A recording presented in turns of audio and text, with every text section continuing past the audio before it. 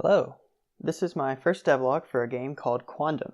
Quondam is a Metroid-like that follows the story of a soldier's injury in battle, recovery, and glorious return displayed in 8-bit styled graphics. For this first video, I'd like to show what I've been working on for the past 5 or 6 weeks. I'm using libgdx to develop my games.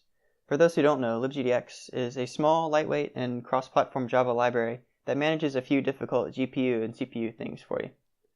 It is not an engine and thus lacks a lot of the optimization and tools I would otherwise have using something like Unity, Blender, or BDX. However, the benefit is in the small size and ability to customize and create your own way of running the game.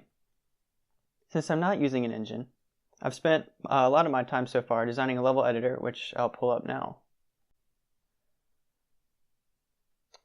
So, what you can see in front of you is the editor, and so I've basically worked on adding a bunch of different tools you can use to help and edit the room that you're working on. So this is the tile panel, and what you do is I've drawn these tiles separately, and I did in GIMP, but you can do any image editing software. And then the program itself is able to take in a tile map, split it up into tiles, and you can add them into the screen. So for example, you can see adding these in different little layers so you can overlap if you want, and you can change different properties of the tiles in these other panels, tiled objects and solidity. Those are kind of just other things, doesn't really matter, but you can really see the power of this in an example.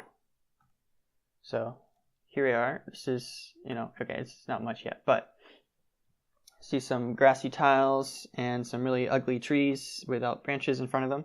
They need work, but this is an example of what's called a tile layer. A tile layer is characterized by a unique name, tiles that make up how it looks, and a value for parallax to determine its relative scrolling speed. And you'll also notice, as I mentioned earlier, that there are these smaller layers inside, and that's just so that you can overlap them. So if you look over here at this tree, you want it to be behind the grass, and so you can have the grass come up over the tree slightly. And the having the miniature layers within the tile layer, as confusing as that sounds, really allows a easier way of creating the graphics. The hardest challenge so far has definitely been with the undo and redo tools. Serializing different actions based on if they're creating or deleting tiles, and being able to keep track of that and put them into different lists is really difficult.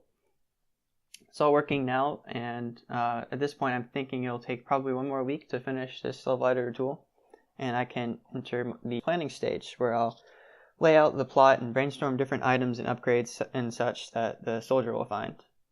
And at that point I should probably release another devlog, which will update you on my progress. And before then I'll release a channel intro, so keep an eye out for that as well. In the meantime, remember this promise: I am Nick, and I'm going to be the developer of Quondam.